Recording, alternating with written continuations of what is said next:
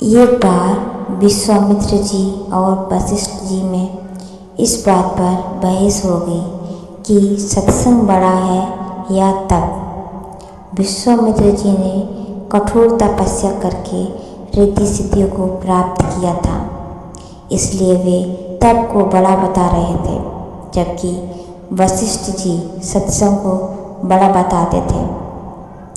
वे इस बात का फैसला करवाने ब्रह्मा जी के पास चले गए। उनकी बात सुनकर ब्रह्मा जी ने कहा, मैं सृष्टि की रचना करने में व्यस्त हूँ, आप विष्णु जी के पास जाइए। विष्णु जी आपका फैसला अवश्य कर देंगे।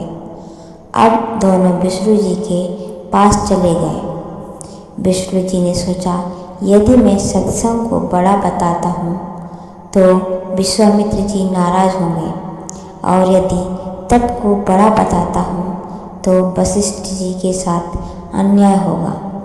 इसलिए उन्होंने भी यह कहकर उन्हें टाल दिया कि मैं सृष्टि का पालन करने में व्यस्त हूँ। आप शंकर जी के पास चले जाइए। अब दोनों शंकर जी के पास पहुँचे। शंकर जी ने उनसे कहा, ये मेरे बस की बात नहीं है, इसका फैसला तो शेषनाग जी कर सकते हैं।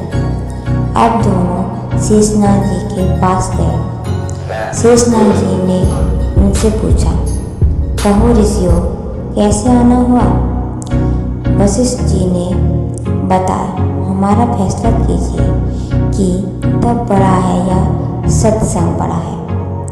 विश्वामित्र जी कहते हैं कि तप बड़ा है और मैं सत्संग को बड़ा बताता हूँ। शेषनाग जी ने कहा, मैं अपने सिर पर पृथ्वी का भार उठाए।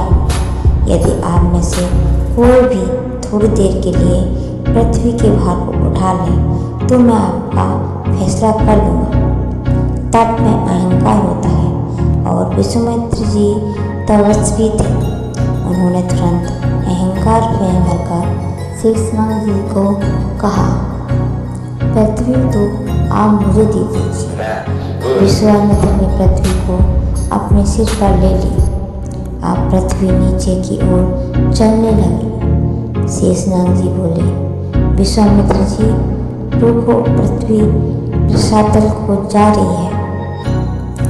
विश्वामित्र जी ने कहा, मैं अपना सारा तप देता हूँ, पृथ्वी रुक जा। परंतु पृथ्वी नहीं रुकी। ये देखकर वशिष्ठ जी ने कहा, मैं अभी आधी घड़ी का सत्संग देता हूँ, पृथ्वी माता रुक जा।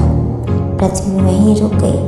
अब शेषनाग जी ने पृथ्वी को अपने सिर पर ले लिया और उनको कहने लगे, अब आप जाइए।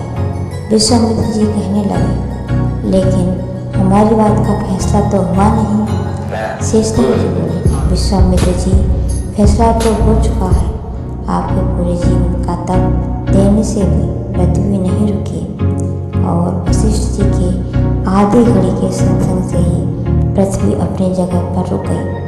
फैसला तो हो गया है कि तप से सत्संग बड़ा होता है।